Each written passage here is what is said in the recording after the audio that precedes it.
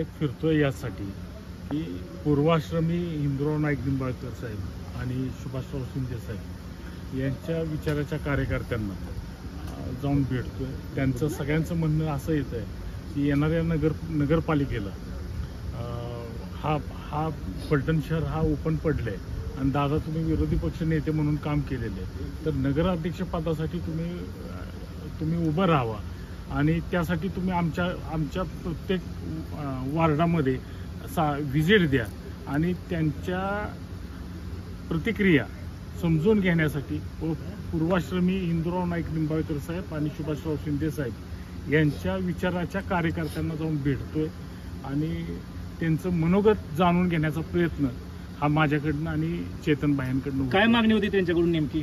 त्यांच्याकडनं अशी मागणी होती की हा फलटण नगरपालिकेचा जो वार्ड आहे, म्हणजे फलटण नगरपालिकेचा जो नगरपालिका आहे ही ओपन पडलेली आहे आणि ओपन पडली असताना तुम्ही आता विरोधी पक्ष नेते म्हणून काम केलेलं आहे, तर आता तुम्ही का उभं राहत नाही, अशा पद्धतीची त्यांची मागणी आहे। आणि त्या मागणीच्या अनुषंगाने मी लोकांना जाऊन भेटतोय आणि त्यांचं मनोगत जाणून माझा निर्णय घेणार आहे। जनतेकडनं प्रचंड आग्रह आणि जनतेकडनं मला प्रचंड आग्रह आहे। आता त्या आग्रहाखातर